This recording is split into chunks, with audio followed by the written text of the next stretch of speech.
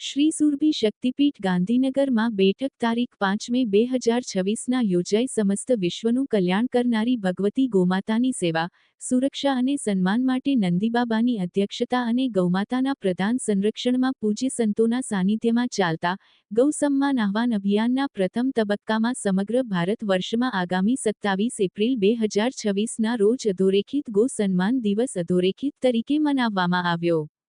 ગુજરાતમાં મતદાન હોવાને કારણે પૂજ્ય સંતોએ સ્થાનિક ચૂંટણીને ધ્યાનમાં રાખીને સમગ્ર ગુજરાતમાં 7 મે 2026ના રોજ ગૌ સમ્માન દિવસ તરીકે મનાવીને ગુજરાતના 34 જિલ્લાની તમામ 268 તાલુકામાં ભગવતી ગૌમાતાની સેવા, સુરક્ષા અને સન્માન માટે ભારતના ગૌસેવક યશસ્વી પ્રધાનમંત્રીને ભગવદ સંકીર્તન કરી તમામ તાલુકા અધિકારીને પ્રધાનમંત્રીના નામ પ્રાર્થના પત્ર આપવામાં આવશે. અભિયાન સાથે જોડાયેલા સંતોએ જાણકારી આપી કે આ રાષ્ટ્રવ્યાપી જનજાગરણ અભિયાનમાં ભારતની તમામ મુખ્ય ગૌસેવા સંસ્થાઓ, ગૌશાળાઓના પ્રતિનિધિઓ, સામાજિક અને ધાર્મિક સંગઠનો અને સમાજસેવી સક્રિય રૂપમાં ભાગ લઈ રહ્યા છે. ભારતની 5000થી વધુ તહેસીલોના તમામ ગામ શહેરમાં સંવૈધાનિક પ્રક્રિયાના માધ્યમથી જનજાગરણ કાર્યક્રમોનું આ ગઠન કરવામાં આવ્યું હતું. સંમેલનમાં સ્પષ્ટ કરવામાં આવ્યું કે ગૌમાતા ભારત ભાગ્ય વિધાતા અભિયાન સંપૂર્ણ રૂપથી અરાજકીય, અહિંસક અને નિષ્કામ સ્વરૂપમાં ચલાવવામાં આવશે. આ કોઈ સંસ્થા,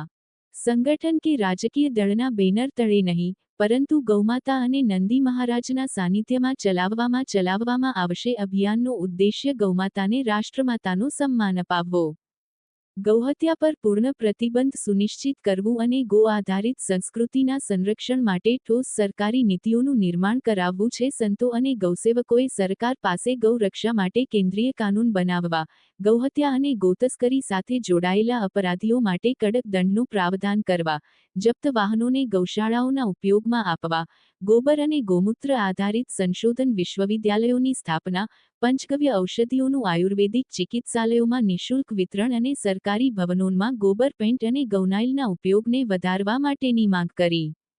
સાથે જ ગૌશાળાઓને મનરેગા યોજના સાથે જોડવા, વીજળી બિલમાં રિયાયત આપવા અને નિરાશ્રિત ગોવંશ માટે ચારાની સમુચિત વ્યવસ્થા કરવાની જરૂરિયાત જતાવી. मुझे सारे संत स्नेह से गोपालानंद सरस्वती कहते हैं. गुरु जी, आने वाले समय में एक मुहिम अभियान चलने वाला है, क्या है पूरा अभियान के बारे में थोड़ा विस्तार में? गौ सम्मान आह्वान अभियान नाम से एक मूवमेंट है जो भारत की सभी गाय माताओं को सेवा, सुरक्षा और सम्मान दिलाने के लिए भारत के सभी संत महापुरुषों और गौ प्रेमियों के द्वारा प्रारंभ किया गया है. खास करके कितने साधु संत जुड़ने वाले हैं पूरे भारतवर्ष में से और गुजरात में से कितने?